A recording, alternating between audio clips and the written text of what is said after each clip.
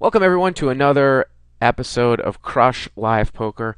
In this particular video, we're actually going to be playing 2550 with a $10,000 minimum buy-in.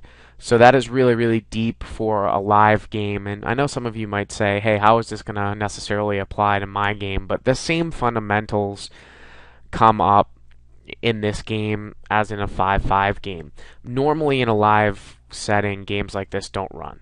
It used to be over at Commerce, they would run 20-40 no limit all the time. They don't even run it anymore. For the most part, 10-20 no limit is the highest game you're going to find. This game is specifically for Live of the Bike, and it's a pretty good game. So this game is probably going to play like your maybe average or tough 5-10, not so tough 10-20. So, you're going to look at the stakes as being big, but again, same fundamental, eras and concepts that we'll see here. And we've got kind of the same players. I mean, we've got Corporation Mike here. We've got Justin, that's Stealth Monk, over in seat 3. We've seen these guys before.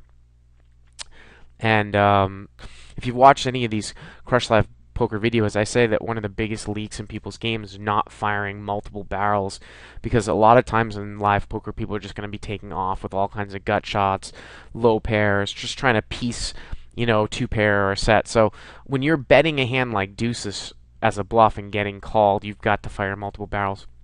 Really, really strange here that Brian check calls, because if I have ace queen here, a bet is way, way better than a check call. Turn card here, is a 6, and I don't really know what Brian's plan for the hand was, but the pot right now is about, I would say, 1900, and it goes check check here. I think Mike probably figures that Brian doesn't necessarily have a hand that he's going to be able to bet him off of, and at this point he's just going to check it back. I mean, Brian almost looks like his hand's like 9s, 8s, 7s, something like that. So the pot's like 1900. The river is obviously a very, very interesting card. The board double pairs. So it is now 10, 10, 6, 6, 4. And obviously Mike's hand is counterfeit. I'm going to roll this back a little bit, because let's take a look at Mike's face. Now, Brian is not looking at Mike. The whole reason why you wear sunglasses is so that they can't see you looking at them.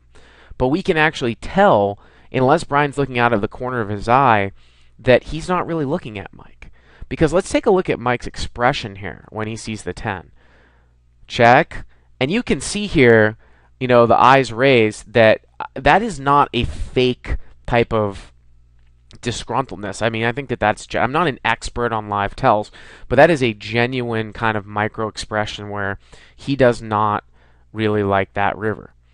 He raises his eyes and he's thinking, looking over at how many chips Brian has here, and gets a count. Brian's got about 2,500 left. The pot's 1,900, and this is a play that you don't see that often.